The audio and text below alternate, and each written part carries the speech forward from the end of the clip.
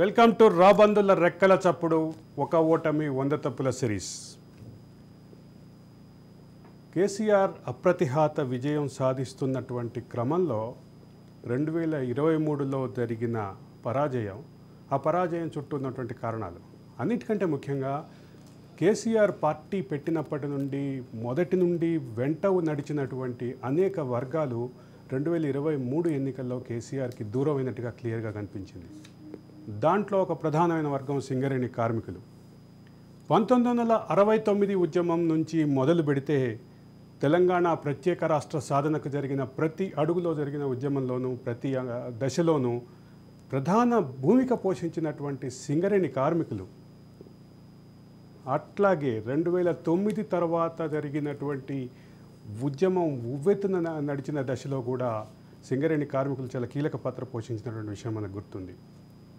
ఒకవైపు పవర్ ప్రాజెక్టులు సింగరేణి బొగ్గు లేక డెడ్ లెవెల్కి వెళ్ళిపోయి అంటే సింగరేణి బొగ్గు లెవెల్స్ డెడ్ లెవెల్కి వెళ్ళిపోయి మూతపడే పరిస్థితికి వచ్చినా కానీ ఎస్మా ప్రయోగిస్తామని అప్పటి పాలకులు బెదిరించిన బెసగని సింగరేణి కార్మికులు టీఆర్ఎస్ వెంట నడిచారు, టీఆర్ఎస్ తోటి నడిచారు. కానీ 2023 ఎన్నికల్లో 11 స్థానాల్లో ఎక్కడ అంటే కోల్ బెల్ట్లో ఉన్నటువంటి 11 స్థానాల్లో ఎక్కడ కనీసం విజయానికి దగ్గరగా కూడా లేని పరిస్థితి కనిపించింది టీఆర్ఎస్ అభ్యర్థులకి. దీన్ని ఎట్లా చూడాలి అంటే, ఇందాక ఒక మిత్రుడు చెప్తున్నాడు, సింగరేణి బొగ్గు గనుల్లో పుట్టిన మంట, కనిపించని మంట కేసీఆర్ ప్రభుత్వాన్ని మసి చేసింది అంటున్నారు. ఇది అతని అభిప్రాయం కావచ్చు. ఈ అంశంపై చర్చలోకి వెళ్దాం. మనతోటి పాల్గొంటున్నారు భిక్షమయ్య గారు, బొజ్జా భిక్షమయ్య గారు, సీనియర్ ట్రేడ్ యూనియన్ లీడర్, సింగరేణిలో సుదీర్ఘకాలం పాటు కార్మిక సంఘానికి అధ్యక్ష బాధ్యతలో, ప్రధాన కార్యదర్శి బాధ్యతలో ఉన్నారు. ఆ తర్వాత ఆయన పూర్తి స్థాయిలో సింగరేణి కార్మిక ఉద్యమం కోసం పనిచేస్తున్న వ్యక్తి. మరో ఇద్దరు లైవ్లో అందుబాటులో రావాలి. భిక్షమయ్య గారు, నమస్కారం. స్వాగతం. నేను చిన్నప్పటి నుంచి చూస్తున్నా, ఎక్కడన్నా మీ పేరు, మీతో పాటు మీ సహచరుల పేర్లు. చాలా సంతోషం. నేను సింగరేణి ప్రభావిత ప్రాంతం నుంచి వచ్చాను కాబట్టి నాకు దాని పేర్లు తెలుసు. నాకు ఒక విషయం అర్థం కాలేదు. 12 నియోజకవర్గాలు ప్రధానంగా సింగరేణి కోల్ బెల్ట్లో నియోజకవర్గాలు. 12లో ఒకటేమో కేవలం ఒక్క ఊరు మాత్రమే ఉందంటున్నారు, ఆసిఫాబాద్. అది తప్ప మిగతా 11 నియోజకవర్గాలు అసలు ఎక్కడ అది అంటే దరిదాపులో కూడా వాళ్ళు కనిపించలేదు. అంటే భారీ మెజార్టీతో ప్రత్యర్థులు గెలిచినటువంటి పరిస్థితి చూస్తాం. ఇంత వ్యతిరేకత సింగరేణి కార్మికుల్లో ఎందుకు వచ్చింది? ఒక్క రోజుతో వచ్చింది అయితే కాదు. ఇది ఇంత కూడగట్టుకున్న వ్యతిరేకత ఇప్పుడు ఎందుకు బ్లాస్ట్ అయింది అనేది ప్రధానమైన సమస్య, ప్రధానమైన అంశం. మీరు ఎట్లా చూస్తారు? ఒకటి, సింగరేణి చరిత్రనే మనం చూస్తే, అంటే బొగ్గుబాయిలు పుట్టినప్పటి నుంచి మనం చూస్తే, ఆ బొగ్గుబాయిల్లో అగ్గిరాజేసినటువంటి చరిత్ర, తెలంగాణ రైతాంగ సాయుధ పోరాటంలో కొనసాగినటువంటి చరిత్ర అమరుడు శేషగిరిది. అలాగే సింగరేణిలో మొట్టమొదటి యూనియన్ స్థాపించినటువంటి రామనాథం గారు కానివ్వండి, మిగతా వాళ్ళు కానివ్వండి, అప్పటి నుండి ఇప్పటిదాకా మనం కనుక చూస్తే సింగరేణి కార్మికులు ఎప్పుడు కూడా అణిచివేతను కానీ, అబద్ధాలని కానీ, మోసాన్ని కానీ సహించరు. సింగరేణి కార్మిక వర్గం తాము కష్టం చేసి రక్త మాంసాలు ఒడిచి తమ ప్రాణాలను అర్పించి ఈ రాష్ట్రానికి, దేశానికి వెలుగులు అందిస్తున్నటువంటి కార్మికులు. అలాంటి కార్మికుల జీవితాలతో, అలాంటి కార్మికుల కుటుంబాల జీవితాలతో, అలాంటి ప్రాంతాలతో చెలగాటమాడటానికి ప్రయత్నం చేశారు కేసీఆర్ ప్రభుత్వం. నిజానికి ప్రభుత్వ బ్యాంకుకు అమ్ముడుపోయినటువంటి చంద్రబాబు నాయుడినే ఎదిరించిపోయినటువంటి సింగరేణి కార్మిక వర్గం ఆ తర్వాత పాలకులకు కానీ, ఇప్పుడు కేసీఆర్కి కానీ ఇలాంటి నిర్ణయం చెప్పటం, ఇలాంటి బుద్ధి చెప్పటం చాలా సహజం. అంటే ఒకటి క్లియర్గా కనిపిస్తోంది, 2001లో సింగరేణి ఉద్యమం, అంటే సింగరేణి కార్మికులు సైతం ఉద్యమానికి అండగా నిలిచిన నాటి నుంచి కేసీఆర్ కొన్ని ప్రత్యేకమైన హామీలు ఇచ్చారు. ఒకటి వారసత్వ ఉద్యోగం, కారుణ్య నియామకాలు కానీ, తర్వాత వేరే పేర్లతో ఉద్యోగాలు చేసినటువంటి కార్మికులను రెగ్యులరైజ్ చేసి వాళ్ళ రెగ్యులర్ పేర్లతోటి ఇస్తా అనే హామీ కానీ, తర్వాత ఎక్కడ ఉద్యమ సమయంలో మనం విన్నాం, ఎక్కడ మనం వచ్చిన తర్వాత ఓపెన్ కాస్ట్లు ఉండవు అనేది కానీ, ఓపెన్ కాస్టుల విషయంలో ప్రత్యక్షంగా ఆయన ఇచ్చినటువంటి ఆందోళన పిలుపులు అవన్నీ చూసాం మనం. కానీ వీటన్నిటి గురించి ఆ తర్వాత కాలంలో ఎక్కడ మాట్లాడలేదు. ఆ తర్వాత ఇంకొక విషయం వింటున్నాం, 4,000 కోట్ల రూపాయల అంటే డిపాజిట్స్ని కరిగించేసి పైగా 26,000 కోట్లు అప్పు చేశారు అని. ఈ రెండింటిని నిజమేనా? ఒకటేంటంటే మీరు సింగరేణికి మీకు గుర్తుండుంటే మొత్తం ప్రత్యేక తెలంగాణ రాష్ట్ర ఉద్యమం ప్రారంభమైన నుంచి ఆయన అధికారంలోకి వచ్చేదాకా ఒకటి చెప్పేటోడు. ఏం చెప్పేటోడు అంటే, తెలంగాణ బొంబాయి దుబాయ్ ఇదేనా తెలంగాణలో బతుకులు ఇయ్యేనా? ఇక పోతే అక్కడ పోయి ఆ చేనేతను వేసుకొని బతకాలి, అక్కడ పోయి ఇంకోటి బతకాలి, ఇక్కడ పోయి బొగ్గుబాయిలో పోయి సావాలి, ఇదేనా అని అనేటోడు. తెలంగాణ ఉద్యమాన్ని, ప్రత్యేక రాష్ట్ర ఉద్యమాన్ని ప్రారంభించిందే 3 అంశాలపైన. ఒకటి నీరు, ఒకటి నిధులు, ఒకటి నియామకాలు. నియామకాలు అంటే ఉద్యోగాలు కదా. ఏంటి ఓపెన్ కాస్ట్లు? ఓపెన్ కాస్ట్లు అంటే అసహజ ప్రసవాలు అని ఆయన చెప్పాడు. ఆపరేషన్ చేసి బొగ్గు తీయటమే కదా. ఆ విధంగా ఓపెన్ కాస్ట్లను బంద్ చేయాలి, ఈ ఓపెన్ కాస్ట్లో ఆంధ్ర కాంట్రాక్టర్లను బంద్ చేయాలి అని కూడా చెప్పాడు. నేను వస్తే బొగ్గు బాయిలు చేస్తానని చెప్పాడు. అండర్ గ్రౌండ్ బాయిలు చేస్తాను. బొగ్గు బాయిలు 2 రకాలు, ఒకటి అండర్ గ్రౌండ్, ఒకటి ఓపెన్ కాస్ట్. అండర్ గ్రౌండ్ బాయిలు కనుక తవ్వితే కేవలం ఉద్యోగాల సమస్య కాదు, ఈ తెలంగాణ నీరు సమస్య కూడా, ఈ తెలంగాణ పర్యావరణ పరిరక్షణ సమస్య కూడా, ఈ తెలంగాణ పచ్చదనం సమస్య కూడా, ఆ బొగ్గుబాయి ప్రాంతాల్లో నివాసం ఉంటున్నటువంటి గ్రామాలు కానీ, రైతులు కానీ, కూలీలు కానీ ఆ మట్టిపైన బతికే అటువంటి పరిస్థితి కూడా ఉంటుంది. అదే ఓపెన్ కాస్ట్ బాయిలు కనుక దొబ్బితే నీళ్లుండయి, అక్కడ తొండలు కూడా గుడ్లు పెట్టాయి.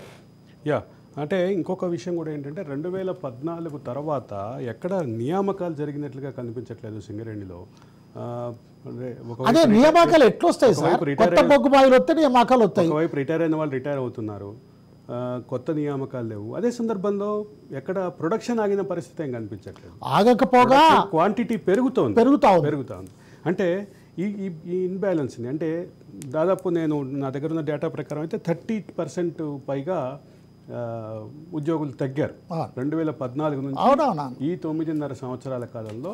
సుమారుగా 33% ఉద్యోగులు తగ్గారు. దీన్ని ఎట్లా చూస్తారు మీరు? అంటే ఉద్యోగుల సంఖ్య తగ్గింది, ప్రొడక్షన్ పెరిగింది. అక్కడే బొగ్గుగని కార్మికులు కన్నెర చేసింది ఇక్కడే.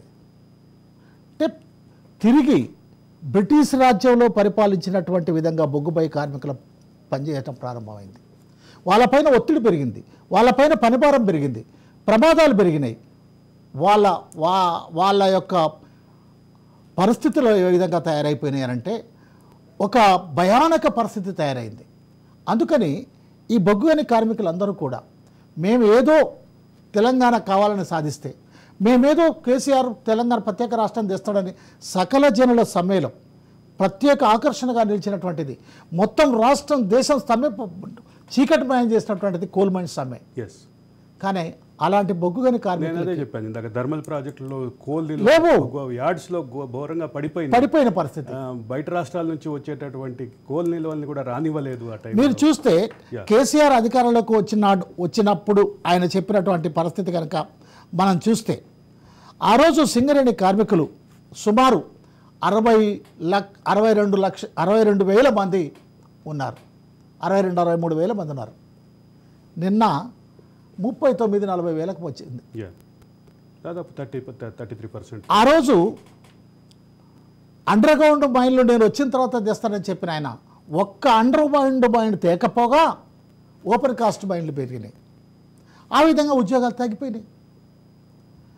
కనీసం కారుణ్య నియామకాలు అంటే చనిపోయినటువంటి వాళ్ళకు కానీ అన్ఫిట్ అయినటువంటి వాళ్ళకు కానీ ఉద్యోగాలు ఇచ్చేటువంటి పరిస్థితి సింగరేణిలో గత కొన్ని సంవత్సరాలుగా కొనసాగుతూ ఉంది. అలాంటి దానికి కూడా ఆందోళన చేయాల్సినటువంటి పరిస్థితి ఏర్పడ్డది. అయినా సరే చివరికి దాన్ని ఒకవేళ ప్రకటించినా ఇటీవల కాలంలో అవి అవినీతి నియమాలుగా మారినాయి. కారుణ్య నియామకాలు అయితే కొద్ది గొప్ప ప్రకటిస్తే ఆ నియామకాలు అధికార పార్టీ కార్మిక సంఘానికి లక్షలు సొమ్ములు చేకూర్చే విధంగా మారింది. అందుకని కార్మికులు కానీ కార్మిక కుటుంబాలు కానీ మాకు ఉద్యోగాలు వచ్చినట్ట, మేము ఉద్యోగాలు కొన్నట్ట, ఈయన మాకు ఉద్యోగాలు ఇస్తారని చెప్పి ఇచ్చిన ఉద్యోగాలు ఏంటి అంటే దీని వెనక ఈ ఆరోపణల వెనక ముఖ్యమంత్రి కుటుంబీకులు ఒకరి పేరు కూడా వినిపించింది. దాన్ని పేరు కాదు సార్, తెలంగాణ బొగ్గు గని కార్మిక సంఘం అని ఒక సంఘాన్ని ఏర్పాటు చేసి ఆ సంఘానికి వాళ్ళ బిడ్డనే స్వయంగా అధ్యక్షురాలు చేసి, ఏమండి ఒక కార్మిక సంఘానికి అధ్యక్షురాలు కావాలి, అధ్యక్షురాలు కావాలి అంటే ఏం అర్హత ఉండాలి? కనీసం వాళ్ళు కార్మికులై ఉండాలి, లేదు ఉద్యోగులై ఉండాలి, లేదు ఆ ఉద్యోగం ఆ బొగ్గు బయలు లేకపోయినా బయటనన్నా ఉండాలి, లేదు ఒక చట్టాలపైన అవగాహన కలిగిన వాళ్ళు ఉండాలి. అలా కాకుండా సాక్షాత్తు ముఖ్యమంత్రి గారి బిడ్డనే అధ్యక్షురాలు అవటం వల్ల సహజంగానే అవన్నీ జరుగుతాయి. ఆమె కన్సర్న్లోనే జరిగింది, అందులో డౌటే లేదు, అందులో ఓపెన్ ఫ్యాక్ట్ అది. అంటే అంటే సుదీర్ఘకాలం పాటు ఆ సంస్థకి సీఎండీగా ఉన్నటువంటి శ్రీధర్ గారి పేరు, ఈవిడ పేరు బాగా విమర్శకుల నోట్లో వినిపించింది. వాస్తవానికి పార్టీల మధ్య చర్చ జరిగింది, ప్రతిపక్షాలు దాని మీద విమర్శలు చేశారు. దాన్ని ఎట్లా చూస్తారు మీరు? ఒకటి, ఫస్ట్ ఆఫ్ ఆల్ ఒక యూనియన్ ఒక ఎన్నికైతే ఎన్ని సంవత్సరాల అధికారంలో ఉండాలి? ఒక చైర్మన్ మేనేజింగ్ డైరెక్టర్ను ఒక ప్రభుత్వం నియమిస్తే ఆయన కాల పరిమితి ఏమిటి? ఈ విషయాన్ని మనం చూస్తే ఇప్పుడు ఎన్నికైన యూనియన్ కానీ ఇప్పుడు ఈ చైర్మన్ గారు ఎంత కాల పరిమితిలో చూస్తే దానికి అర్థమైందో మనకు పరమార్థం ఏందో మనకు అర్థమవుతుంది. సాధారణంగా ఒక యూనియన్ ఎన్నికలు జరిగిన తర్వాత 2 సంవత్సరాలకు లేబర్ కమిషనర్ వాళ్ళకు రికగ్నైజ్డ్ యూనియన్ అని ఒక సర్టిఫికెట్ ఇస్తుంది. 2012లో ఎలక్షన్లు జరిగినాయి. 2012లో ఎలక్షన్లు జరిగితే 2023 దాకా వివిధ కారణాల చేత తెలంగాణ బొగ్గు గని కార్మిక సంఘం అధికారంలో కొనసాగింది, మధ్యలో ఒకసారి గెలిచినప్పటికీ. అలాగే శ్రీధర్ గారు కూడా 10 సంవత్సరాలు కంటిన్యూస్గా ఒక చైర్మన్ మేనేజింగ్ డైరెక్టర్ ఎలా కొనసాగుతారు? అలా కొనసాగించడంలోనే ఒకే ఒక అర్థం ఏంటంటే ఇక్కడ ఈమె అధ్యక్షురాలుగా అక్కడ ఆయన చైర్మన్గా ఉంటే తమ పంట పండుద్దని వాళ్ళు భావించారు. అందుకనే చాలా ఎఫిషియెంట్ ఐఏఎస్ ఆఫీసరు, చాలా స్ట్రిక్ట్ ఐఏఎస్ ఆఫీసరు, మంత్రులకు ఎమ్మెల్యేలకు ఎవరికి కూడా అపాయింట్మెంట్ ఇయ్యడు, ఒక్క కవితకు మాత్రమే ఇస్తాడు, ఒక్క కేసీఆర్ గారికే ఇస్తాడు అన్నటువంటి ఆయన ఇవాళ బొగ్గుబాయి నల్లగా ఉంటుంది కదా, అదంతా ఆయన ముఖం మీద ఆయన ఒంటి మీద పూసినటువంటి పరిస్థితి కార్మిక. కానీ అంతకుముందు ఉన్నటువంటి పోస్టుల్లో ఆయన మీద చాలా సానుకూలమైనటువంటి నివేదికలు ఉన్నాయి, చాలా సానుకూలమైనటువంటి వార్తలు ఉన్నాయి. ఆయన చాలా అంటే స్ట్రైట్ ఫార్వర్డ్ స్ట్రిక్ట్ ఆఫీసర్గా చెప్తారు. దీన్ని ఎట్లా చూస్తారు మీరు? ఒకటి, ఆఫీసర్లను ఆఫీసర్లుగా పనిచేయనిస్తే ప్రాబ్లం ఉండదు. మరో ఇద్దరు రాజకీయ జోక్యం ఉన్నప్పుడు మాత్రమే ఇది జరుగుతుంది. భిక్షమయ్య గారు, మరో ఇద్దరు మీ సహచర కార్మిక నాయకులు మనతోటి జాయిన్ అవుతున్నారు. మేరుగు రాజయ్య గారు సింగరేణి కార్మిక సంఘం నాయకులు, అట్లాగే ఎస్ వెంకటేశ్వరరావు గారు, ఆయన కూడా సింగరేణి కార్మిక సంఘానికి సుదీర్ఘంగా వ్యవస్థాపకులుగా ఉన్నటువంటి వారు. వెంకటేశ్వరరావు గారు స్వాగతం, రాజయ్య గారు స్వాగతం.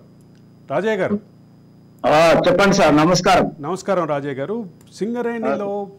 సింగరేణి కార్మికుల్లో నిగూఢంగా ఇంత వ్యతిరేకత పెరిగి చివరికి 11 నియోజకవర్గాల్లో ఎక్కడ కేసీఆర్ పార్టీ గెలిచే పరిస్థితి కనిపించలేదు. అదే సందర్భంలో ఇటీవల జరిగినటువంటి సింగరేణి ఎన్నికల్లో కూడా అప్పటి అంటే మాజీ అధికార పార్టీ యొక్క అనుబంధ సంఘం కార్మిక సంఘం చాలా ఘోరమైనటువంటి ఫలితాలు చూసింది. ఒక డివిజన్లో అయితే కేవలం 1 సీటే వచ్చింది, 2 డివిజన్లో అసలు 1 సీటు కూడా రాలేదు, 1 డివిజన్లో 3 సీట్లు వచ్చినాయి. ఈ పరిస్థితి కనిపించింది. దీన్ని ఎట్లా చూస్తారు మీరు? దీనికి ముఖ్యమైన కారణము తెలంగాణ రాష్ట్రం ఆవిర్భవించినప్పుడు 61,778 మంది కార్మికులు పనిచేసేటి వారు. మొన్న డిసెంబర్ 20న గుర్తింపు కార్మిక సంఘం ఎన్నికలు జరిగినప్పుడు 39,805 మంది ఓట్ల అన్ని ఎన్నికల్లో పాల్గొన్నారు. అంటే దాదాపు 20,000 పైచిలకు కార్మికులు తగ్గించబడ్డారు. అంటే కార్మికులు తగ్గించబడ్డారు అని అంటే ఉపాధి అవకాశాలు స్వరాష్ట్రం తెలంగాణలో కొల్లగొట్టబడ్డాయి. అదే విధంగా స్వరాష్ట్రం తెలంగాణలో సింగరేణి గనుల్లో వివిధ ప్రమాదాల్లో దాదాపు 20-25 మంది కార్మికులు, ఉద్యోగులు, 2 అధికారులు కూడా చనిపోవడం జరిగింది. ఈ ప్రమాద సంఘటనపై కేసీఆర్ యొక్క బిడ్డ గుర్తింపు కార్మిక సంఘం అధ్యక్షురాలుగా ఉన్నటువంటి కవిత గారు కానీ, అదే విధంగా ముఖ్యమంత్రి గారు కానీ కనీసం ప్రమాద సంఘటన స్థలానికి వచ్చి కార్మికులను ఓదార్చినటువంటి సందర్భం ఒక్కటి కూడా లేదు. అదే కేసీఆర్ 2018 ఫిబ్రవరి 20న సింగరేణి కార్మికుల ఆత్మీయ సమ్మేళనం పేరుతోని 14,53,81,540 రూపాయలు, ఇది నా మాట కాదు, సమాచార హక్కు చట్టం ద్వారా పొందినటువంటి ఈ అమౌంట్, ఇంత డబ్బులు వెచ్చించి కేసీఆర్ శ్రీరాంపూర్ లో ఆత్మీయ సమ్మేళనం మీటింగ్ జరిగిండు. అంటే ఎంత రాజరిక పాలన స్వరాష్ట్రంలో సాగిందో దీనికి ఒక ఉదాహరణ. అదే విధంగా ఎమ్మెల్యేలు, జెడ్పీ చైర్మన్లు, దాని తర్వాత ఇన్ఛార్జి జిల్లా మంత్రులు, కేసీఆర్ బిడ్డ, వీళ్ళందరూ సింగరేణిలో జోక్యం చేసుకోవడం జరిగింది. గుర్తింపు కార్మిక సంఘం అనే అటువంటి నాయకుడు ఒక్కడు కూడా విధులు నిర్వహించలేదు.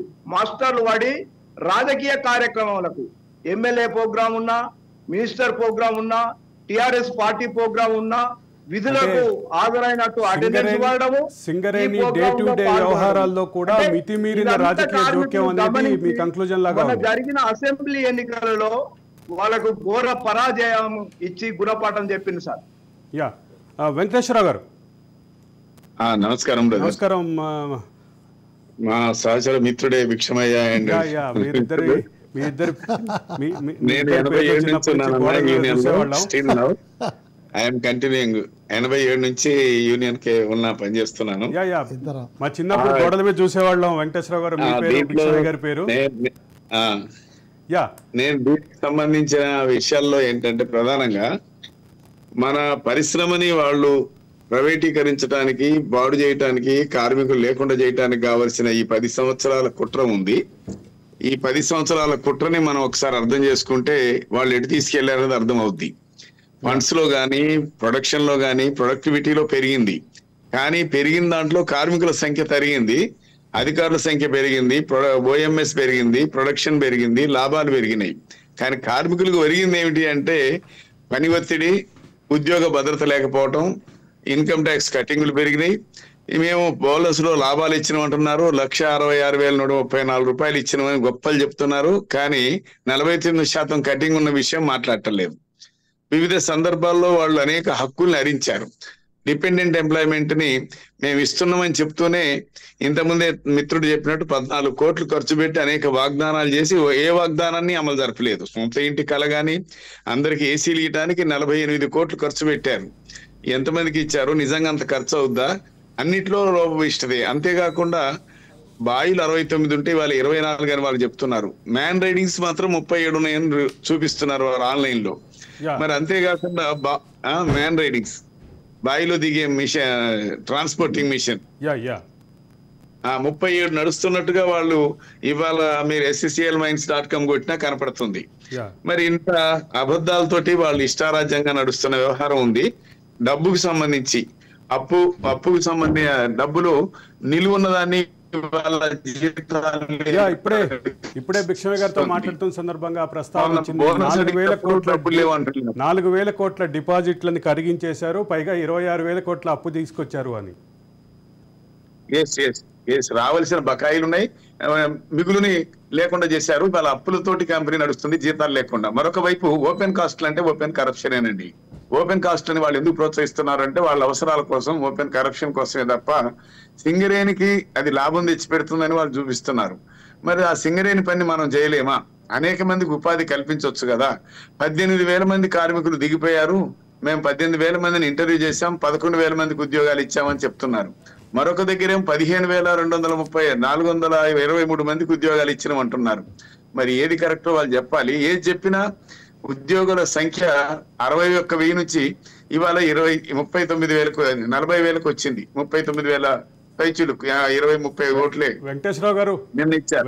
వెంకటేశ్వరరావు గారు మీరు ఇస్తున్న డేటాకి ఒక చిన్న అంటే అడ్డుకట్ట పెడుతున్నా నేను. చెప్పండి. మీరు ఇప్పుడు ప్రస్తుతం ఉన్నటువంటి డివిజన్లోనే కవితకి అంటే తెలంగాణ బొగ్గు గని కార్మిక సంఘానికి కేవలం ఒకటే ఓటు వచ్చినట్టుంది. అవునండి, మా ఇంట్లో మా ఊర్లో ఒకటే ఓటు వచ్చిందండి. మీరున్న ఊర్లో ఒకటే ఓటు వచ్చినట్టుంది. అవునండి. అంటే ఇంత ఇంత వ్యతిరేకత కూడగట్టుకొని ఒకటేసారి విస్ఫోటనం అయింది.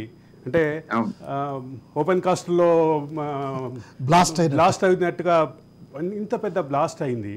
ఈ బ్లాస్ట్ని కేసీఆర్ గమనించలేదా అనేది నా ప్రధాన ప్రశ్న. అంటే వాళ్ళు గమనించలేదండి. గమనించడం అంటే వాళ్ళు అసలు దేన్ని పట్టించుకోలేదు. మొత్తం మేము ఏం చెప్పింది నడుస్తుంది, మేము రాచరికం అనుకుంటున్నారు. ఈ ఎండి గారి దగ్గరకు ఒక్కసారి నేను వెళ్ళానండి. వెళ్తే మిగతా డైరెక్టర్సే నన్ను అడిగారు, ఎట్లా పోయినావు, బాంబేస్తున్నాను బెదిరించిపోయినావు అని అడిగారు. నేను ఆశ్చర్యపోయినా. నేనేం భగత్ సింగ్ కాదు సార్, నేను యూనియన్ లీడర్ని పోయినా అన్నా. ఈయన తర్వాత తిట్టినాడా, పోలీసుల తర్వాత కాపలా పెట్టుకున్నాడు. పోతే నిలబడ్డా కూర్చోడా అని అడిగారు. కూర్చోలేదండి, నిలబడ్డాడండి అన్న. వాళ్ళు అంతేనండి వాడు అని మాట్లాడారు, బూతులు మాట్లాడారనుకోండి. నేను సభ్యత కాదు చెప్పడం లేదు, కానీ డైరెక్టర్ స్థాయిలో మాట్లాడారు అట్లా. మరి ఎవరిని ఒక్కసారి కలవలేదు. నాయన్ నర్సిరెడ్డి గారు ఉండగా ఆయన నేను కలిస్తే నా మాట వినడబ్బా వాడు అని చెప్పిండు. ఆయన 78 నుంచి మాకు ఫ్రెండే. ఆయనే అన్నాడు, నువ్వు హోమ్ మినిస్టర్ లేబర్ మినిస్టర్ అన్నా, నువ్వు మాట్లాడిపోతే ఇన్వాల్వ్ కాదు ఎట్లా అంటే, నా మాట వాడు విన్నాడు, నేను ఇన్వాల్వ్ కాలేను బ్రదర్ అన్నాడు. ఇది attitude of the director MD గారి యాటిట్యూడ్ అనేది నాకు అర్థమైంది. ముఖ్యమంత్రి కుటుంబ సభ్యురాలి ప్రధాన పాత్రే ముఖ్యమంత్రి కుటుంబ సభ్యురాలికి అత్యంత సన్నిహితంగా ఉన్నటువంటి సిఎండి మూలంగానే ఇంత సమస్య వచ్చిందనేది మీ మాటలను బట్టి అర్థమవుతుంది. అదే అభిప్రాయంతో ఉన్నారా? సార్, మా డబ్బులన్నీ తీసుకెళ్లి వాళ్ళు ఇష్టారాజ్యంగా ఉపయోగించారు. సిఎస్ఆర్ నిధులు కానీ, డిఎంఎఫ్సి నిధులు కానీ, ఇవన్నిటి 3,335 కోట్లు సిరిసిల్లాలో సీసీ కెమెరాలకు మాకే సంబంధం అండి, హైదరాబాద్ లో కెమెరాలకు మాకే సంబంధం అండి. మా కోల్ బెల్ట్ ఏరియాలో ఎఫెక్టెడ్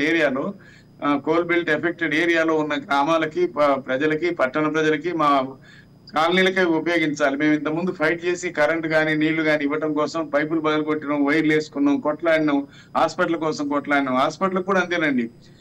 229 కోట్లు హాస్పిటల్కి ప్రతి సంవత్సరం ఇస్తామంటున్నారు. దేనికి ఖర్చు పెడుతున్నారు? మాకు 6 కోట్లే ఖర్చు పెట్టారు. మరి మిగతా ఏంటంటే రిఫరల్ హాస్పిటల్ అంట 126. మరి 126 రిఫరల్ హాస్పిటల్లో ఏం మాయ ఉందో అర్థం చేసుకోవాలి. మా చిన్నప్పుడు నేను ఇల్లెందులో పుట్టి పెరిగినండి. ఇల్లెందులోనే హాస్పిటల్కి మేము అందరం పోతే మా పక్కన షావుకారులు, వాళ్ళు మార్వాడి సేట్లు అందరూ వచ్చి హాస్పిటల్లో చూసుకునే వాళ్ళండి. మరి అలాంటి హాస్పిటల్స్ ఎక్కడా నయం కానీ మా సింగరేణి నయం అయితే హెడ్ ఆఫీస్ హాస్పిటల్ పోయేవాళ్ళు. అట్లాంటి హాస్పిటల్స్ వాళ్ళ పరిస్థితి ఏంటంటే, మేము ఇక్కడ చూడం రిఫరల్, మా హాస్పిటల్కి ఖర్చు పెట్టరు. అందులో ఒక సగం ఖర్చు పెట్టినా మా హాస్పిటల్ సూపర్ కాదు, రబ్బ హాస్పిటల్ లాగా ఉండేమో అనేది నేను అనుకుంటున్నాను. వెంకటేశ్వరరావు గారు మళ్ళీ వస్తాను మీ దగ్గరికి. రాజయ్య గారు చెప్పండి సార్. అంటే మీ దగ్గరతో సహా ప్రతి చోట, ప్రతి నియోజకవర్గంలోనూ 11 నియోజకవర్గాల్లో ఎక్కడ గెలవలేదు. అదే సందర్భంలో గుర్తింపు కార్మిక సంఘం ఎన్నికల్లో చాలా ఘోరమైనటువంటి పరాజయాన్ని ఎదుర్కొంది తెలంగాణ బొగ్గు గని కార్మిక సంఘం. చాలా సంవత్సరాల తర్వాత, ఆల్మోస్ట్ 10-12 సంవత్సరాల తర్వాత ఏఐటీయూసీ, ఐఎన్టీయూసీ మధ్య పోరాటం, ప్రత్యక్షమైనటువంటి టగ్ ఆఫ్ ఫైట్ కనిపించింది. ఈ మొత్తంలో తెలంగాణ బొగ్గు గని కార్మిక సంఘం ఒక పక్కనుంటే,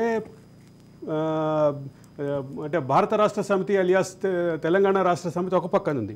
వీటన్నిటిలో ఒక ముఖ్యమైన విషయం గమనించాల్సింది ఏంటంటే, 2001లో మీరు డిబేట్లో జాయిన్ అయ్యే ముందు మాట్లాడుకుంటున్నాం నేను భిక్షమయ్య గారు, 2001 నుంచి 2014 వరకు ప్రతి ఉద్యమంలోనూ అగ్రభాగాన నిలిచిన వర్గాల్లో, కేసీఆర్ వెంట నడిచిన వర్గాల్లో సింగరేణి కార్మికులు ఒక ప్రధానమైన వర్గం. అంటే ప్రభుత్వ ఉద్యోగులు, జర్నలిస్టులు, డాక్టర్లు, మెడికోలు వీళ్ళందరితో పాటు ప్రభుత్వోద్యోగులు, నిరుద్యోగులు, మహిళలు, ఆర్టీసీ ఉద్యోగులు వీళ్ళందరితో పాటు మీరు కూడా సరైన స్థాయిలో అంటే ఎవరికి తగ్గని స్థాయిలో నడిచారు. కానీ 2014 తర్వాత మిమ్మల్ని అంటే మిమ్మల్ని దూరం నెట్టబడ్డారా ప్రభుత్వానికి? చివరికి 2014, 2018 ఎన్నికల తర్వాత 23కి వచ్చేసరికి మీరు ఈ ఆగ్రహం దశకి వచ్చిన పరిస్థితి కనిపించింది. దీన్ని ఎట్లా చూస్తారు అసలు మీరు? అయితే ఇక్కడ ఒకటి గమనించాలి మనము. సింగరేణి కార్మికులు తెలంగాణ ఆకాంక్షలతోని తెలంగాణ స్వరాష్ట్రం గురించి పోరాడినరు కానీ కేసీఆర్ ఎంబడి పోరాడలేదు. తెలంగాణ ప్రాంతంలో మార్చి 4న శ్రీకృష్ణ కమిటీ పర్యటనకు వ్యతిరేకంగా బొగ్గుబాయిలు బంద్ చేయడం జరిగింది. ఉస్మానియా యూనివర్సిటీ విద్యార్థులపై రబ్బర్ బుల్లెట్ల ప్రయోగం జరిగినప్పుడు టీవీలో చూసి 2 రోజులు బొగ్గుబాయిలు బంద్ చేయడం జరిగింది. పార్లమెంట్ లో తెలంగాణ బిల్లు పెట్టాలని బొగ్గుబాయిలు బంద్ చేయడం జరిగింది. అంటే సకల జనుల సమ్మె 35 రోజులు పాల్గొన్నారు. వివిధ సందర్భాలలో 9 రోజులు సమ్మె చేసిండ్రు. అంటే తెలంగాణ ఉద్యమంతో ప్యారలల్ గా సింగరేణి కార్మికులు నడిచిండ్రే కానీ కేసీఆర్ నాయకత్వం ఉన్న సింగరేణి కార్మికులు నడవలేదన్నది ఇక్కడ మనం గమనించాలి.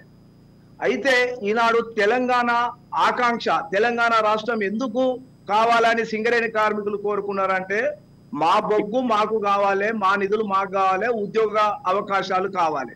ఈ 3 స్వరాష్ట్రంలో నెరవేరలేదు కాబట్టి ఈ 3 స్వప్నాలు, ఈ తెలంగాణ ఆకాంక్షలను అధికారంలో కొనసాగినటువంటి తెలంగాణ రాష్ట్ర సమితి కార్మికుల యొక్క ఆకాంక్షలను నెరవేర్చలేదు కాబట్టి ఈనాడు మొన్న జరిగినటువంటి అసెంబ్లీ ఎన్నికలలో వాళ్లకు తగిన గుణపాఠం ఇచ్చింది అనేది ఇక్కడ మనం గమనించాలి.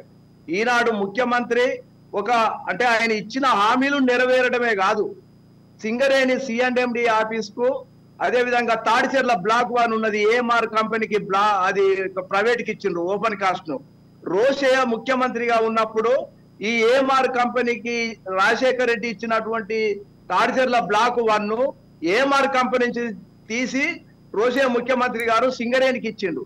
సింగరేణి బొగ్గు తీసి కాకతీయ థర్మల్ పవర్ స్టేషన్ కు సరఫరా చేయండి అని పాప ఆయన జీవో పాస్ చేసిండు.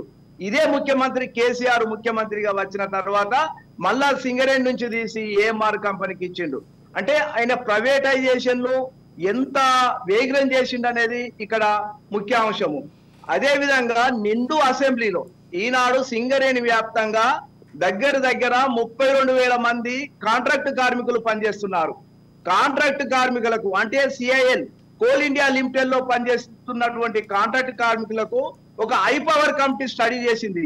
అందులో ఇంధన శాఖ కార్యదర్శి ఉన్నాడు, ఆర్థిక శాఖ కార్యదర్శి ఉన్నాడు, JPCC అటువంటి అది జాతీయ సంఘాల యొక్క మెయిన్ లీడర్స్ ఉన్నారు. అందరూ బొగ్గు క్షేత్రాలలో పర్యటించి ఈ కాంట్రాక్ట్ కార్మికులకు హై పవర్ కమిటీ వేతనాలు ఇవ్వాలని వాళ్ళు సిఫార్సు చేసిండ్రు. ఆ యొక్క సిఫార్సును అమలు చేయాలని ప్రతిపక్ష నాయకులు సింగరేణిపై జరిగిన ప్రత్యేక చర్చలో వాళ్ళు వినతి చేస్తే ఇదే కేసీఆర్ మాజీ ముఖ్యమంత్రి అసలు సింగరేణిలో కాంట్రాక్ట్ కార్మికులు లేరని చెప్పిండు. అంటే ఎంత ఇది దుర్మార్గమో చూడండి. ఈ విధంగా 1 కాదు 2 కాదు, కుటుంబ జోక్యము, రాజకీయ జోక్యము, అదే విధంగా నిధుల మళ్లింపు, దాని తర్వాత ఇష్టారాజ్యంగా ఈనాడు సింగరేణిని వాడుకున్నాడు. ఇవాళ జైపూర్ లో థర్మల్ పవర్ స్టేషన్ ఉన్నది, సింగరేణి థర్మల్ పవర్ స్టేషన్. అందులో 1200 మెగావాట్ల విద్యుత్ ఉత్పత్తి అవుతుంది. ఇది ఈ లెక్క చూడండి ఎంత విచిత్రంగా ఉన్నారో. 1200 మెగావాట్ల విద్యుత్తును ఈ జెన్కో డిస్కంలు తీసుకొని స్టేట్ అవసరాల కొరకు వాడుకుంటారు, బాగానే ఉన్నది. అదే సింగరేణి కంపెనీ ప్రతి సంవత్సరము 150 మెగావాట్ల విద్యుత్తును విలువ ₹2.16 సింగరేణి పవర్ ను రాష్ట్ర ప్రభుత్వం కొంటే సింగరేణి కంపెనీ మళ్ళీ డిస్కంల నుంచి ₹4 పైచీలకు ₹5 ఒక యూనిట్ కొంటుంది. ఎక్కడ ఉన్నదా? సింగరేణి ఎప్పుడైతే 1200 మెగావాట్లు తన సొంత పవర్ స్టేషన్ల తయారు చేసుకుంటుందో దాని అవసరాలకు కావాల్సినటువంటి పవర్ ను వినియోగించుకొని మిగులు పవర్ ను వాళ్ళు అమ్ముకోవాలి. దాన్ని కూడా కేసీఆర్ దాన్ని కాలరాచి మొత్తము 1200 మెగావాట్లు అంటే ఉత్పత్తి సామర్థ్యం 1100 మెగావాట్ల పైచీలకు రాష్ట్ర అవసరాలకు తీసుకుంటాడు. కనీసం ఆ బకాయిలు కూడా చెల్లించడం లేదు. Yeah. అదే విధంగా తెలంగాణ ప్రాంతంలో ఉన్నటువంటి థర్మల్ పవర్ స్టేషన్లకు సింగరేణి బొగ్గును తీసుకుంటూ ఆ సింగరేణి బొగ్గుకు సంబంధించినటువంటి బకాయిలు కూడా చెల్లించడం లేదు. యా అంటే రాజా గారు సింగరేణి మళ్ళీ వస్తాం కంపెనీ- రాజా గారు మళ్ళీ వస్తాం మీ దగ్గరికి. Okay yeah okay. విక్ష్మ గారు చెప్పండి. అంటే సింగరేణిలో 49% వాటా కేంద్ర ప్రభుత్వాన్ని, ఆ వాటా కూడా మనమే కొనేసుకుందాం, సింగరేణి మనకి ప్రతిష్టాత్మకంగా ఉండాలి, మన రాష్ట్ర సంస్థగా ఉండాలి అని కేసీఆర్ చెప్పారు. అధికారం వచ్చిన కొత్తలో చెప్పినటువంటి మాట ఎక్కడ ఆచరణలోకి రాలేదు. రెండోది బయ్యారం స్టీల్ ప్లాంట్ని సింగరేణికి ఇప్పిస్తాను అని చెప్పాడు. తర్వాత 3 కొత్త పవర్ ప్రాజెక్టులు పెడతాము సింగరేణి నుంచి అని చెప్పారు. ఇవేమీ ఆచరణలోకి రాలేదు. ఇవి వస్తే భారీగా ఉద్యోగ కల్పన జరిగేది. మీరు అన్నట్లుగా ఇందాక ఏదైతే అసంతృప్తి ఉందో ఇవి ఆచరణకు రాకపోగా ఆశ్చర్యకరమైనటువంటి విషయం ఏంటంటే సత్తుపల్లి, కోయగూడెం, శ్రావణపల్లి KK4ను ఆక్షన్ చేస్తే కేంద్ర ప్రభుత్వం బీజేపీ ప్రభుత్వము అమ్మటానికి బదట్లో పెడితే వాటిని కాపాడటానికి కూడా ఆయన ముందుకు రాలేదు. ప్రొటెక్ట్ చేయలేదు. సింగరేణి కార్మికులు సమ్మె, అఖిల భారత సమ్మెలో సింగరేణి కార్మికులు పాల్గొంటే ఆయన అనుబంధ సంఘం ఉన్నటువంటి కార్మిక సంఘం కానివ్వండి, మరొకటి 2 సంఘాలు కానివ్వండి, ఏదో తూతూ మంత్రంగా 1-2 రోజులు నిరసన తెలిపి ఊరుకున్నాయి. కానీ ఇవాటికి కూడా ఆ కత్తి మా నెత్తిన వేలాడుతూ ఉంది. అంతేకాదు సింగరేణి ఏర్పాటైనప్పుడు సింగరేణి పరిధిలో, సింగరేణి జియోగ్రఫికల్ పరిధిలో ఉన్న ఎక్కడ బొగ్గు నిక్షేపాలు ఉన్నా అది సింగరేణికి హక్కు అని ఉంది. కానీ ఇక్కడ కేంద్ర ప్రభుత్వం అమ్ముతుంటే, బొగ్గు బ్లాకులను అమ్ముతుంటే దాన్ని నిరోధించలేదు. పైగా అంతేకాదు కనీసం నిరసన తెలిపి నిరోధించకపోయాక కొత్త విషయం ఏం తెలుసా? బహుశా మా కార్మిక సోదరులందరికీ తెలిసే విషయం, అదాని నుండి ఈరోజు బొగ్గు కొంటారు. టన్నుకు 30,000 రూపాయలు పెట్టి అదాని నుంచి బొగ్గు కొంటారు. ఎవరి అదాని అంటే కేంద్ర ప్రభుత్వం యొక్క నరేంద్ర మోడీ గారి యొక్క ఒక సొంత మనిషి. ఆయన దగ్గర బొగ్గు కొంటారు. మన దగ్గర బొగ్గు బాయిలు ఉంటాయి, ఆ వాటిని వేల వేస్తారు. మన దగ్గర బొగ్గు బాయిలు ఉంటాయి, మన ప్రభుత్వ రంగంలో ఉంటాయి, మన అధికార పార్టీ యొక్క కనుసన్నల్లో ఉంటాయి. అంతేకాదు ఇంకా వీళ్ళు ఏం చేస్తున్నారు అని అంటే, పుష్కర ఘాట్లకు మా పైసలే కావాలి, బతుకమ్మ పండుగ మా పైసలే కావాలి, CSR మెడికల్ కాలేజీలు కట్టడానికి మా పైసలే కావాలి. ఏంటండి సింగరేణిలో అభివృద్ధి వద్దు, ఇదా సింగరేణి నిధులను ఇట్లా పెడతారా? వెంకటేశ్వరరావు గారు, ఇప్పుడు గ్రౌండ్లో నేను ఇందాక అడిగిన ప్రశ్న మళ్ళీ రిపీట్ చేస్తున్నాను. గ్రౌండ్లో సింగరేణి కార్మికుల్లో, సింగరేణి కుటుంబాల్లో ఈ పెరిగిన వ్యతిరేకతని కేసీఆర్ కానీ టీఆర్ఎస్ పార్టీ కానీ గుర్తించలేదా? దాన్ని రికగ్నైజ్ చేయలేదా? కరెక్షన్ కోసం ఎటువంటి ప్రయత్నం చేయలేదా అనేది నా ప్రశ్న. వాళ్ళు ఏమి ప్రయత్నం చేయలేదండి. పైనుంచి కిందకంతా కరప్టెడ్ ఫెలోస్ అయ్యారు, దానివల్ల చేయలేదు. అంతేకాదండి, నేను ఇంకో 2 ముక్కలు మీ దృష్టికి తీసుకురావాల్సి అంటే, ఇప్పుడు జోధ్పూర్ ప్లాంట్ ఉంది, అందులో మా సింగరేణి కార్మికులు లేడు. సోలార్ ఎనర్జీ తీసుకొస్తున్నాం, 58 మిలియన్ల యూనిట్లను మేము ఇప్పటికి ప్రొడక్షన్ చేస్తున్నామని చెప్తున్నారు, అందులో ఒక సింగరేణి కార్మికులు లేడు. నైనీలో కోట్ల రూపాయలు ఖర్చు పెట్టి నైనీలో బొగ్గుబాయి తీస్తున్నాం, మేము అక్కడ రాబోయే టైంలో 100 లక్షల టన్నులు తీసుకురాబోతున్నాం అని గొప్పలు చెప్తున్నారు. అక్కడ 2 కార్మికులే మన ఓటర్స్ గా ఉన్నారని మా దృష్టికి వచ్చింది. అంటే సింగరేణి డబ్బు, సింగరేణి పేరు ఉపయోగిస్తున్నారు కానీ సింగరేణికి లాభం లేకుండా ఉంది. మీరు అన్నట్లు ఇక్కడ అందరికి ఆ విషయాలు కొన్ని తెలిసి వాళ్లే 10 సంవత్సరాల సందర్భంగా వేసిన పుస్తకంలో కూడా ఎన్ని రాశారు, అవన్నీ చదివిన కార్మికులు, కొంచెం తెలివిగల కార్మికులందరూ కూడా మహా అసంతృప్తిగా ఉన్న విషయం ఉంది. అయితే వాళ్ళు పైసల పంపకాలు, ఇతర పనులలో మునిగిపోయి ఈ విషయాన్ని పట్టించుకోవట్లేదు. స్థానిక నాయకులు కూడా ట్రాన్స్ఫర్కి డబ్బులే, ఎన్నిటికి పెద్దానికి డబ్బు రూపానికి మారిపోయింది. గవర్నమెంట్ జోక్యం పెరిగిపోయింది, ఎమ్మెల్యేల జోక్యం పెరిగిపోయింది. ఎమ్మెల్యేలకు 2 కోట్లు 1 కోటి రూపాయలు ఇవ్వటం మొదలైంది. ఇంతకుముందు ఎప్పుడు నేను చూడలేదు. 87 నుంచి నేను యూనియన్ లో ఉన్నా కానీ ఎమ్మెల్యేల పాత్ర తక్కువగా. ఎప్పుడైనా ఎమ్మెల్యేలు వస్తే ఏదైనా గెస్ట్కి వచ్చేవాడు, లేదు ముఖ్యమంత్రితో సహా మైన్స్ మీదకి వచ్చి మాట్లాడిన ఘటనలు ఉన్నాయి. యాక్సిడెంట్ అయినప్పుడు ఇప్పుడు చంద్రబాబుతో సహా వచ్చిన ఘటనలు ఉన్నాయి. వైఎస్ఆర్ తో సహా 7 7 ఇంక్లైన్ లో యాక్సిడెంట్ అయితే వచ్చిండు, 7 LP లో యాక్సిడెంట్ అయితే చంద్రబాబు వచ్చిండు. ఇట్లా వచ్చిన ఘటనలు ఉన్నాయి. మన ఎండి గారు అసలు ఎక్కడికి రాలేదండి, ఈ ముఖ్యమంత్రి గారు ఎక్కడికి రాలేదండి. మా డబ్బులు కావాలా, మా పేరు కావాలా, పైసలు వాళ్ళది, పేరు వాళ్ళది, ఒత్తిడి మా మీద, కార్మికుల మీద. ఈ విషయం కార్మికులకు కొద్దిగా గొప్ప అందరికి అర్థమైంది. అందుకే నిన్న పూర్తి నిరసన చెప్పారు. మిగతా సంఘాలకు ఉన్న కార్మికులు కూడా అయ్యా ఈసారి మీరు ఆగండి, మీరు గెలవరు కాబట్టి మీకు ఓట్లు వేయం, మేము వాడి సంగతి తేల్చాలా అనే పద్ధతిలోనే ఓటైంది. అయినా 3,000 లేదా ఈ డబ్బులు అవన్నీ కూడా జరిగినాయండి. అయినా కార్మికులు అన్ని ఏం చేసినా సరే కుదరదు అని చెప్పేసి నెట్టేశారు. అంటే ఈ 11 నియోజకవర్గాల ఫలితాలు చూసే కేసీఆర్ తెలంగాణ బొగ్గుగని కార్మిక సంఘాన్ని ఈ ఎన్నికల్లో పోటీ చేయొద్దు అని చెప్పి వెనక్కి అంటే విత్డ్రా చేసుకోమని చెప్పినట్టున్నారు. కానీ అంతర్గతంగా వచ్చినటువంటి ఒత్తిడి మేరకు చివరికి కుటుంబ సభ్యులు ఎలక్షన్ వాయిదా ఇచ్చారు. ఎలక్షన్లు అసెంబ్లీ కంటే ముందు జరగడానికి లేదు, దీని ప్రభావం ఉందని అర్థమయ్యాయి. ఎలక్షన్లు జరిగితే దాని ప్రభావం ఈ నియోజకవర్గాల మీద ఉంటుందని ఎలక్షన్లు జరపకుండా ఆపడానికి కోర్టుకు పోయి ఆపారు. సింగరేణి ఎలక్షన్స్ నోటిఫికేషన్ ముందే వచ్చింది, కానీ స్టే తీసుకొచ్చి కోర్టు ద్వారా తీసుకొచ్చి ఆపి ఇప్పుడు అనివార్యమై ఎలక్షన్ జరిగింది. ఇప్పుడు అనివార్యమై ఇప్పుడు కూడా కోర్టుకు పోయారు కొంతమంది. కానీ అయినా ఇప్పుడు ఎలక్షన్ నోటిఫికేషన్ అయిపోయి అన్ని నామినేషన్స్ అయిపోయి అన్ని అయిపోయినాయి కాబట్టి ఇప్పుడు జరిగింది. ఈ వ్యతిరేకత అనేది వాళ్ళకి అర్థమైంది, అందుకే వాళ్ళ డ్రామాలు ఆడింది. వాళ్ళు అట్లా డ్రామాలు ఆడటం అన్నింటిలో కూడా అదే కారణం అనేది మా అందరి దృష్టిలో ఉంది. భిక్షమయ్య గారు, ఇవన్నీ చూసాం. వీటన్నిటిలో మీరు కాంగ్రెస్ పాలన చూశారు, టీడీపీ పాలన చూశారు, ఒక రకంగా చెప్పండి సమైక్య పాలన చూశారు, తర్వాత కేసీఆర్ పాలన చూశారు. కేసీఆర్ పాలనలో కేసీఆర్కి దూరమైనటువంటి ఒక ప్రధాన వర్గంగా ఈరోజు సింగరేణి కార్మికులు కనిపిస్తున్నారు. కళ్ళ ముందు క్లియర్గా కనిపిస్తోంది. ఒక పక్క లెక్కలు అదే చెప్తున్నాయి, సెంటిమెంట్స్ అదే చెప్తున్నాయి, ఆరోపణలు అవే చెప్తున్నాయి. వీటన్నిటిలో నేను ఇందాక వెంకటేశ్వరరావు గారిని అడిగిన ప్రశ్న మిమ్మల్ని అడుగుతున్నాను. అంటే ఇది కేసీఆర్ నోటీస్ చేయలేదా? నేను అదే చెప్దామని అనుకుంటున్నాను. వాస్తవానికి చేయలేదా మొదటి ప్రశ్న. నోటీస్ చేస్తే కరెక్ట్ చేసుకోవడానికి ప్రయత్నం చేయలేదు. అసలు విషయం ఏంటంటే, మాది ఉద్యమ పార్టీ, నాది ఉద్యమ కుటుంబం, నేను ఉద్యమకారుణ్ణి అని చెప్తూ వచ్చినటువంటి కేసీఆర్ రెండోసారి గెలిచిన తర్వాత ఆయనలోని అసలైన దొరతనం బయటకు వచ్చింది. ఆయనలోని ఒక నియంతృత్వ పోకడ బయటకు వచ్చింది.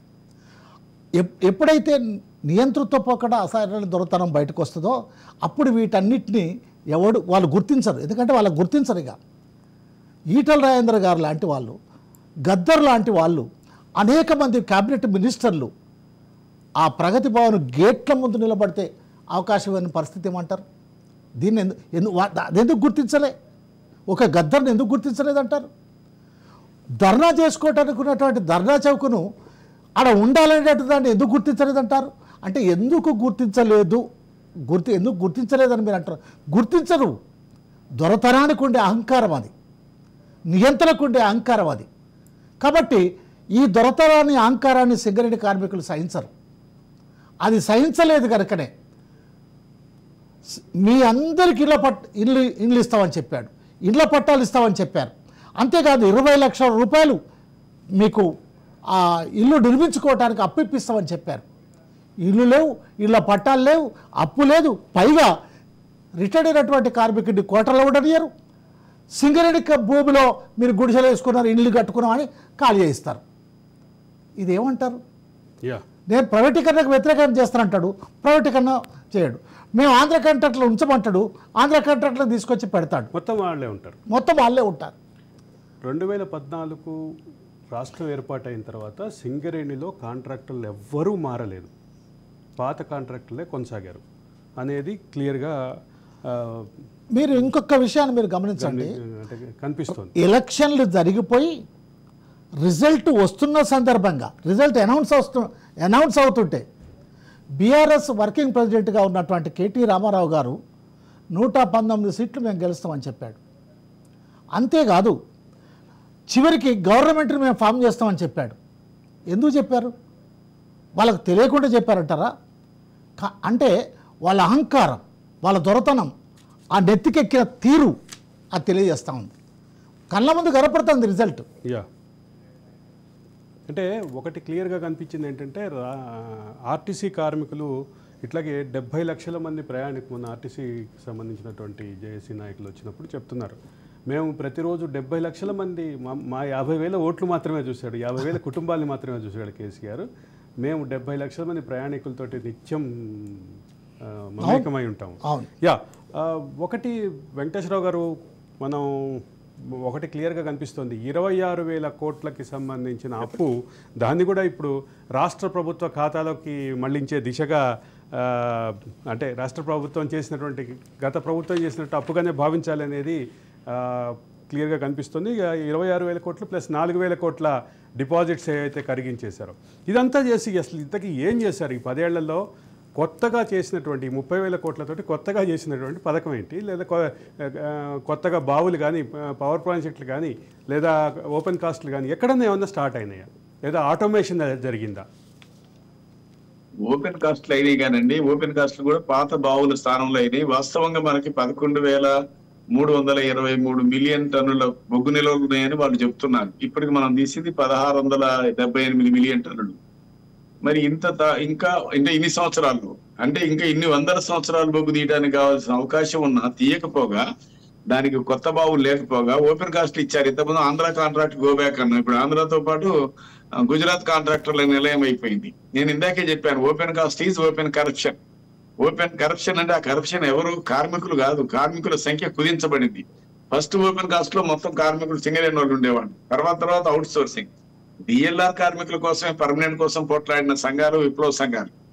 డిఎల్ఆర్ కార్మికులు అంటే ఎడ్లమల్ల కార్మికులు, సివిల్ డిపార్ట్మెంట్ లో పనిచేసే అవుట్ సోర్సింగ్ కార్మికుల్ని మేము డిఎల్ఆర్ కార్మికులుగా పర్మనెంట్ చేయించిన చరిత్ర ఉంది సింగరేణిలో. ఇవాళ మొత్తం అవుట్ సోర్సింగే. ఇందాక మిత్రుడు చెప్పినట్టు 2013లోనే వేతన హై పవర్ వేజెస్ అమలు జరపాలని అగ్రిమెంట్ చేశారు. పక్క రాష్ట్రాల్లో అమలు అవుతుంది, సిఐలో అమలు అవుతుంది, సింగరేణిలో అమలు జరపడం లేదు. సింగరేణిలో అతి తక్కువ జీతం ఇచ్చి వాళ్ళతోటి దోపిడీ చేస్తున్నారు వాళ్ళని. ఇట్లాంటి అనేక వాటికి చేస్తూ అప్పులు ఎందుకు చేశారు అంటే వాళ్ళ సొంత ప్రయోజనాలకు తప్ప, సింగరేణి లాభాల్లోనే ఉంది కదా. ఈ లాభాల్లో ఒక్క వాటాని ఒక 25% కేటాయించిన అనేక బావి తీయొచ్చు. బావులు నేను చెప్పినట్టు కావలసినంత బొగ్గు ఉంది, కానీ ఆదాని బొగ్గుకు అనుమతించారు. వాడు 10% బొగ్గు వాడి బొగ్గును వాడాలని పార్లమెంట్ సాక్షిగా బిల్లు చేశారు. మరి ఇది ఎవరి ప్రయోజనం? 30,000 పెట్టి టన్ను తీసుకోవాలంటున్నారు, మనకి 3,000 టన్ను. సింగరేణి బొగ్గు 3,000, మన బొగ్గు 3,000, వాడిది 30,000. అయినా వాడికి అనుమతించిన పరిస్థితి. నేను మొన్న చూశారు కదా, వాడికి అక్కడ బొగ్గులు ఆస్ట్రేలియా 5 లక్షల కోట్ల రూపాయల పైన అప్పులు చేసిపోయాయి. అక్కడ ఆస్ట్రేలియాలో బొగ్గు నడవకపోతే వెంటనే రాగానే మన బాయిలు వేయడానికి సిద్ధమైపోయారు. దీని మీద సిఐలో ఇచ్చేశారు. ఇక్కడ మాత్రమే నిరసన వచ్చింది. ఇక్కడ కూడా టెండర్లు అయినాయి, కానీ టెండర్ వేయడానికి భయపడి వేయకపోవడం వల్ల ఇక్కడ కార్మిక వర్గం తిరుగుబాటు ఉద్యమాల వల్ల కొంచెం వెనకడిగేశారు. అప్పుడు కూడా నేను చాలా హెచ్చులు కొట్టిండు. నేను 49% వాళ్ళది, మనది 51% కాబట్టి నేను కొనేద్దాము అని కూడా అన్నారు. ఏమండి? 49% మన ప్రభుత్వమే కొనేసి, మన రాష్ట్ర ప్రభుత్వమే కొనేసి, మన రాష్ట్ర ప్రభుత్వ సంస్థగా నడుపుదాము, లాభాలు నడుపుదాము, సంస్థగా మారుస్తున్నానని చాలా గొప్పలు పోయిండు. కానీ జరిగింది ఏంటంటే అప్పుల కుప్పగా మార్చేసిండు, ఉన్న నిల్వలు తినేసిండు, అన్ని తినేసుకున్నారు. రాజయ్య గారు, వెంకటేశ్వర గారు మళ్ళీ వస్తాం మీ దగ్గరికి. ఒక్క నిమిషం. రాజయ్య గారు, 26,000 కోట్ల అప్పు ప్లస్ 4,000 కోట్ల డిపాజిట్లు కరిగిపోయినాయి, మొత్తం 30,000 కోట్లు. ఈ 30,000 కోట్లు ఎక్కడికి వెళ్ళినాయి? ఎక్కడ ప్రాజెక్టులు కట్టారు? ఎక్కడ కొత్తగా ఆటోమేషన్ జరిగిందా? ఎక్కడ ఇన్వెస్ట్మెంట్ అయింది ఇదంతా? రాజయ్య గారు, హలో రాజయ్య గారు, సార్, ఇప్పుడు 26,000 కోట్ల కొత్త అప్పు కనిపిస్తోంది, 4,000 కోట్ల డిపాజిట్లు కరిగిపోయినాయి కనిపిస్తోంది. ఈ మొత్తం 30,000 కోట్లు ఎక్కడికి పోయినాయి? తెలంగాణ రాష్ట్రంలో మొన్న కొత్త ప్రభుత్వము కాంగ్రెస్ పార్టీ అధికారంలోకి వచ్చిన తర్వాత రాష్ట్ర ఆర్థిక విధానంపై శ్వేతపత్రాన్ని విడుదల చేయడం జరిగింది. కానీ అందులో ఎక్కడ సింగరేణి యొక్క ఆర్థిక స్థితిగతుల గురించి పేర్కొనడం జరగలేదు. అయితే ఆ 36,000 కోట్లు ఎక్కడికి పోయినాయి అనేది అది గోప్యంగా ఉన్నటువంటి విషయం. నిజం చెప్పాలంటే ఈనాడు సింగరేణికి దాదాపు 33,000 కోట్ల 643,643.67 కోట్ల రూపాయలు ఇవాళ బకాయిలు ఉన్నాయని మనము అంటే అనాధికారికంగా ఈనాడు ప్రచారం జరుగుతుంది. అదే విధంగా సింగరేణి కూడా సింగరేణికి ఉన్నటువంటి ఫిక్స్డ్ డిపాజిట్ కానీ మిగతా అసెట్స్ కానీ ఇవి ఎక్కడికి పోయినాయి అనేది అతుచిక్కని ప్రశ్న. ఎందుకంటే చాలా గోప్యంగా ఉన్నది. ఇవాళ మీరు చూస్తే సమాచార హక్కు చట్టం ద్వారా సింగరేణిని అడిగినా కానీ సెక్షన్ 8 కింద అది మీకు తెలుపమని వాళ్ళు రిప్లై ఇచ్చినటువంటి సందర్భాలు ఉన్నాయి. మరి కమిషన్ కు ఇవాళ రిపోర్ట్ చేద్దామంటే కేసీఆర్ ప్రభుత్వంలో ఇవాళ తెలంగాణ రాష్ట్రంలో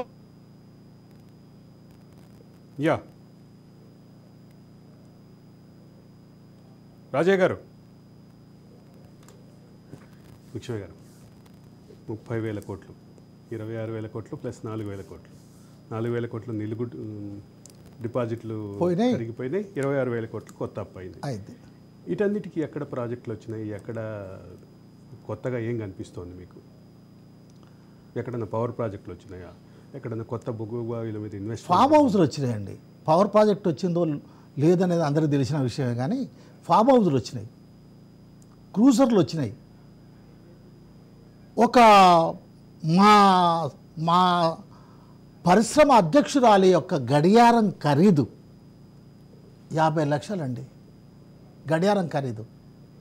ఆమె ఎటువంటి ఇంట్లో ఉండేదో ఏవో, కానీ ఇప్పుడు కోట్ల రూపాయల విలువైనటువంటి ఒక పెద్ద విలాసవంతమైనటువంటి రాజభవనంలో ఉంటున్నారు. ఇవన్నీ ఎన్ని నుంచి వస్తాయి? ఒక పరిశ్రమ అధ్యక్షురాలికి, కార్మిక సంఘం అధ్యక్షురాలికి ఏ నుంచి వస్తాయి? ఖచ్చితంగా ఇది కేసీఆర్ కుటుంబం యొక్క అవినీతికి ఇదొక నిదర్శనం. కేసీఆర్ కుటుంబం యొక్క బొక్కసానికి ఈ పోయినాయి తప్ప మరెక్కడికో పోలే. అందుకు ఇప్పుడున్నటువంటి చైర్మన్ మేనేజింగ్ డైరెక్టర్ శ్రీధర్ పూర్తిగా సహకరించాడు. ఎందుకు ఏంటనేది ఆయనకే తెలవాలి. ఆయనకు కూడా ఏమైనా ముట్టిందా మాకు తెలియదు. వెంకటేశ్వరరావు గారు, ముగించే ముందు చివరికి ఒక్క విషయం అండి మళ్ళీ వస్తాను. వెంకటేశ్వరరావు గారు, ముగించే ముందు మీ దగ్గర నుంచి ఒక మాట వినాలనుకుంటున్నా. ఈ మొత్తం వ్యవహారంలో కేసీఆర్ కుటుంబంలో ఒక వ్యక్తి పాత్ర చుట్టే ఈ వివాదం తిరుగుతోంది. దాన్ని మీరు ఎట్లా చూస్తారు అసలు? నేను ఎప్పుడు చూడలేదండి. ట్రేడ్ యూనియన్ లీడర్లు కరప్టెడ్ నేను చూశాను, కానీ ఇంత దౌర్భాగ్యమైన స్థితి అయితే మొదటిసారి చూశాను. అక్కడి నుంచి కింది దాకా మొత్తం కంపెనీని సర్వనాశనం చేశారు, కార్మికులు లేకుండా చేశారు, బొందలు బెడ్డలుగా మార్చారు, కాంట్రాక్టర్లకి కట్టబెట్టారు, కార్మికుల హక్కులన్నీ కాలు రాసేస్తున్న స్థితి ఉంది. పైరవీలు అన్ని పైరవీలుగా మార్చేశారు. రాజకీయ జోక్యం పెరిగిపోయింది. మంత్రులు, ఎమ్మెల్యేలు నిన్న ఎలక్షన్ లో కూడా సింగరేణి ఎలక్షన్ లో మంత్రులు టోపీలు పెట్టుకొని వాళ్ళు హెడ్ ఆఫీస్ లో పోతారు, కార్మిక నాయకులు హెడ్ ఆఫీస్ లో పోనీయరు. ఇదంతా కూడా దేనికి నిదర్శనం అంటే వాళ్ళ యొక్క పెత్తందారితనానికి, దొరతనానికి, వాళ్ళ నిరంకుశ పద్ధతులకి ఇది నిదర్శనం తప్ప మరొకటి కాదు. అధికారులు కూడా చాలా మంది, నేను ఇందాకే చెప్పినట్టుగా డైరెక్టర్సే నాతో అన్నారు, అంతేనయ్యా వాడు మమ్మల్ని కూడా కూర్చోమన్నాడు, నేను పోగానే నిలబడ్డా, నేను మమ్మల్ని కూడా కూర్చొని లేదని చెప్పిన అధికారులు పాత డైరెక్టర్స్ ఉన్నారు. వాళ్ళ ఆవేదనని మాలాంటి వాళ్ళ ముందు, పాత వాళ్ళందరూ కూడా మా ముందు వ్యక్తీకరించేవాళ్ళు. అయితే అయ్యా మేము ఉద్యోగంలో ఉన్నాం, బయట అనబాకు చెప్పబాకని మాట్లాడేవాడు. ఇట్లాంటి ఒక పెత్తందారీ పద్ధతి ఈ కార్మిక హక్కులన్నీ పనంగా పెట్టి వాళ్ళ ఏజెంట్లను పెట్టుకొని ఎవరు ఎంత ఉపయోగపడతారో అంత ఉపయోగించుకునే పద్ధతిని వాళ్ళు అనుసరించారు తప్ప సేఫ్టీ పేరుతోటి, మిగతా పేరుతో అన్నిట్లో కూడా అంతే అవకతవకలు, అన్నిట్లో కూడా మోసాలు, అన్నిట్లో కూడా దగాలి, అన్నిట్లో కూడా కమిషన్ లేదప్ప మరొకటి లేదనేది నేను అభిప్రాయపడతా ఉన్నాను. 29 కోట్లు పెట్టి మేము DGMS వాళ్ళ రూల్స్ అన్నిటిని పాటించడానికి ప్రయత్నం చేస్తామన్నారు. మన లెవెనింగ్ లైన్ లో కార్మికుడు తప్పిపోతే 4 రోజులు బయటికి దొరకలేదు. 4-5 రోజుల దాకా వాళ్ళంతటా వాళ్ళు కార్మికులు చెప్పేదాకా కనుక్కోలేని పరిస్థితి వచ్చింది. మరి సేఫ్టీ గురించి తెగ మాట్లాడుతున్నారు. మొక్కలు నాటే దగ్గర కూడా పర్యావరణాన్ని పరిరక్షిస్తామని 5 కోట్ల మొక్కలు నాటడం అన్నారు. అన్ని యూకలిప్టస్ ప్లాంట్స్ పెట్టి ఇదేదో అడివి మాట్లాడుతున్నారు. యూకలిప్టస్ ప్లాంట్స్ అడివి అవుతాయండి? అటు వల్ల ఏం జరిగేది ఏంటి? నష్టమే తప్ప లాభం లేదు. మామూలు రీఫిల్లింగ్ చేయాలి, చేయటం లేదు. ఇవన్నింటిలో కూడా కరప్షనే.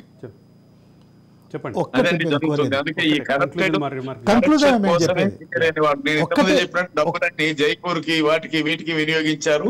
ఒక్క సింగరేణి కార్మికుడు కూడా లేని పరిస్థితి అంటానికి ఇంతమంది బ్రదర్ చెప్పినట్టు మా కరెంటు తీసుకుంటున్నారు, మాకేమో డబుల్ రేట్ తోటి కరెంట్ ఇస్తున్నారు. యా మరి ఇదేం పరిస్థితి ఉంటుంది? ఎప్పుడైనా మా డబ్బుతోటి తయారయ్యే కరెంటుని మేము వాడుకోవద్దు, వాళ్ళు వాడుకోవాలి. వాళ్ళు వాడుకొని వాళ్ళు డబ్బులు ఇవ్వరు, వాళ్ళు ఇచ్చే కరెంటుకి మాత్రం డబుల్ ఛార్జీలు వసూలు చేస్తున్నారు. ఇవన్నీ కూడా చాలా దుర్మార్గమైన పద్ధతి అనుసరిస్తున్న స్థితి ఉంది. ప్రతిదానికి డబ్బు, ప్రతిదానికి పైరవి, ప్రతిదానికి పైసలు.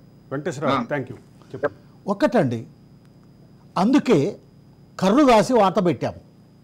కాబట్టి కొత్త ప్రభుత్వాన్ని మేము విజ్ఞప్తి చేసేది ఏంటంటే, అయ్యా సింగరేణి తెలంగాణ గుండెకాయగా ఉన్నటువంటి సింగరేణిని కాపాడండి. అలా సింగరేణిని కాపాడటానికి సింగరేణిలో జరిగిన అవినీతి పైన మీరు విచారణ కమిటీ వేయండి. నెంబర్ 1 ఒక్క నిమిషం. నెంబర్ 2 ఏంటంటే అండర్ గ్రౌండ్ మైన్లు ప్రారంభించండి, ఉద్యోగాలు ఇప్పించండి. అలాగనే కాంట్రాక్ట్ కార్మికులు పర్మనెంట్ చేయండి. రిటైర్డ్ అండ్ పర్మనెంట్ కార్మికులకు కూడా, రిటైర్డ్ కార్మికులకు, ఇప్పుడున్న కార్మికులకు కూడా వాళ్ళు ఉన్నటువంటి ఇండ్లకు పట్టాలు ఇవ్వండి. ఆ ఇల్లు నిర్మించుకోవటానికి అప్పులు ఇవ్వండి. ఇది సింగరేణి కార్మికుల పక్షాన, సింగరేణి పక్షాన నేను ఈ కొత్త ప్రభుత్వాన్ని, రేవంత్ రెడ్డి ముఖ్యమంత్రిని, కాంగ్రెస్ ప్రభుత్వాన్ని నేను కోరుతా ఉన్నాను. ప్రతిష్టాత్మకమైన సింగరేణి సంస్థ ప్రస్థానంలో ఈ 10 ఏళ్ళు ఒక చీకటి అధ్యాయం అనేది కార్మిక నాయకులు భావిస్తున్నారు. ఎప్పుడూ లేనంత కార్మిక నియంతృత్వం, కార్మికులని నిర్బంధించడం, నియంతృత్వం, కార్మికులని చిన్నచూపు చూడటం జరిగిందనేది కార్మిక సంఘాల నాయకుల ప్రధానమైనటువంటి ఆరోపణ. అదే సందర్భంలో ప్రభుత్వం ముఖ్యంగా ముఖ్యమంత్రి కుటుంబ సభ్యురాలి జోక్యం చాలా తీవ్రమైపోయి ఈ సమస్య మరింత జటిలమైందంటున్న ఈ కార్మిక సంఘాల నాయకుల అభిప్రాయం ఇది. అయితే 4,000 కోట్ల డిపాజిట్లు కరిగిపోయినాయి, 26,000 కోట్ల కొత్త అప్పు వచ్చింది, కొత్త ప్రాజెక్టులు ఎక్కడ రాలేదనేది ఒక వాదన ఉంది. దీని అంతు తేల్చాల్సింది ప్రస్తుత ప్రభుత్వమే. కానీ ఒకటి మాత్రం క్లియర్, 2001 నుంచి కేసీఆర్ వెంట నడిచిన సింగరేణి కార్మికులు, కేసీఆర్ వెంటే కాదు ఉద్యమంలో అగ్రభాగాన నడిచిన సింగరేణి కార్మికులు కూడగట్టుకున్నటువంటి ఆగ్రహాన్ని ఒక్కటేసారి విస్ఫోటనం చేసి, ఒకవైపు 11 సీట్లు ప్రతిపక్షానికి ఇచ్చారు, అప్పటి ప్రతిపక్షానికి ఇచ్చారు. తర్వాత సింగరేణి కార్మిక సంఘం ఎన్నికల్లో ఘోర పరాజయాన్ని ఇచ్చారు. ఒక డివిజన్లో 1 ఓటు, ఒక డివిజన్లో 3 ఓట్లు, ఒక డివిజన్లో అసలు ఓట్లు లేని పరిస్థితి. ఈ పరిస్థితికి అంటే అధికారం మారిన తర్వాత ఈ పరిస్థితి సింగరేణి బొగ్గుగని కార్మిక సంఘం చూసింది, తెలంగాణ బొగ్గుగని కార్మిక సంఘం చూసింది. ఈ పరిస్థితికి ప్రధానమైన కారణం అయితే క్లియర్గా కనిపిస్తూనే ఉంది. ఇప్పటి వరకు జరిగినటువంటి అంశాలన్నీ ఒక ఎత్తు అయితే, ఇకపై కేసీఆర్ ప్రభుత్వం చేసిన నిర్ణయాలపై ఒక సమగ్ర విచారణ జరగాలన్నది ఈ కార్మిక సంఘాలు, కార్మికుల అభిప్రాయంగా వస్తుంది. ఇది ఒక ఓటమి 100 తప్పుల్లో సింగరేణికి సంబంధించినటువంటి ఎపిసోడ్. ధన్యవాదాలు భిక్షమయ్య గారు, ధన్యవాదాలు వెంకటేశ్వరరావు గారు, ధన్యవాదాలు రాజయ్య గారు. మరో ఎపిసోడ్తో మరో రోజు కలుద్దాం. స్టే ట్యూన్ టు ఒక ఓటమి 100 తప్పులు. Stay tune to Raj news.